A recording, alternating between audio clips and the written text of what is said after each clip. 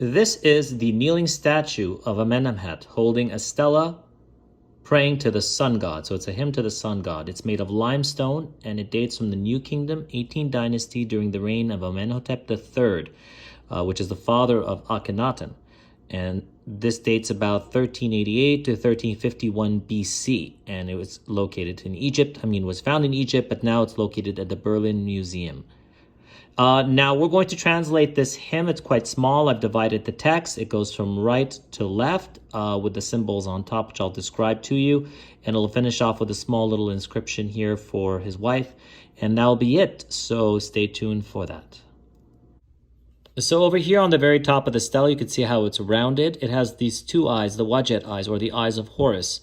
Wajat. Now, these eyes usually were painted as well on coffins, and you can see them in tombs. And they were done in order for the person to see out into the world of the living from the world of the dead. And they were sort of magical eyes to be used. They were also, of course, symbols for protection, which I'm sure you're all familiar with. Here you have the Shen, a symbol of eternity. This Shen was actually used as a cartouche for many royal names. It was elongated, and then the name of the pharaoh would be put inside. You'd have, of course, water that would be given in as an offering in a cup or a jar.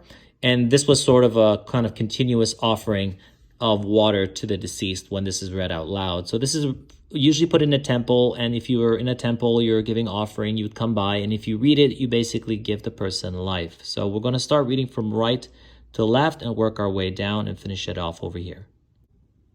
Okay, so we're going to begin with the translation here on the very right. It says, worship of 𝓹𝓬𝓹𝓬𝓹𝓬𝓹𝓬𝓹𝓬𝓹𝓬𝓹, or Horus of the two horizons, which is associated as well with Ra.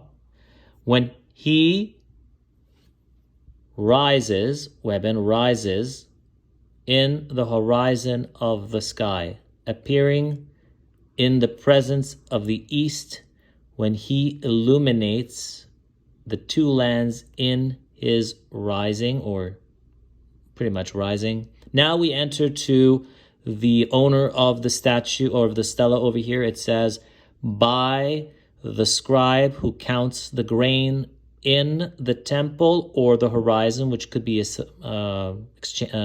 interchanged, in the temple or horizon of Amun. So he's a worshiper of the god Amun, and here is his name, Amenemhat, so which means Amun is in front. So Amun is in front. True of voice, or vindicated, or justified, a sort of saying rest in peace.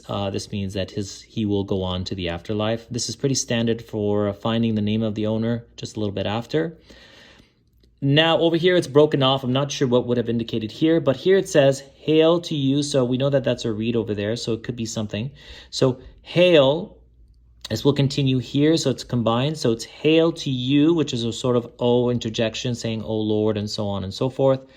𝓹𝓬𝓹𝓬𝓹𝓬𝓹𝓬𝓹𝓬𝓹𝓬𝓹𝓬𝓹𝓬𝓹𝓬𝓹𝓬𝓹𝓬𝓹 here, the pretty much the aspects of Re here, all three, but this is broken off, so I'm not sure what it would be. So you have Re, the sun god, 𝓹𝓬𝓬, the god of the east, of the rising, and something else. And then it's the beloved, so it's the beloved of all these gods. And then over here is, may you give sight of beauty to your majesty in, or it could be priest, in the day, and furthermore of every day. And here you have a small little thank you or offering to his wife, and it says, his wife, his beloved. And that's it. That's a small little stele. If you're in the Berlin Museum and you see it, then you know how the text is divided. And I hope you enjoyed the translation. Check out the information on the description, and hopefully you'll get the link and you can try to find it in the museum, because I couldn't find it. I had to find it online. Thanks again for watching. Have a great day.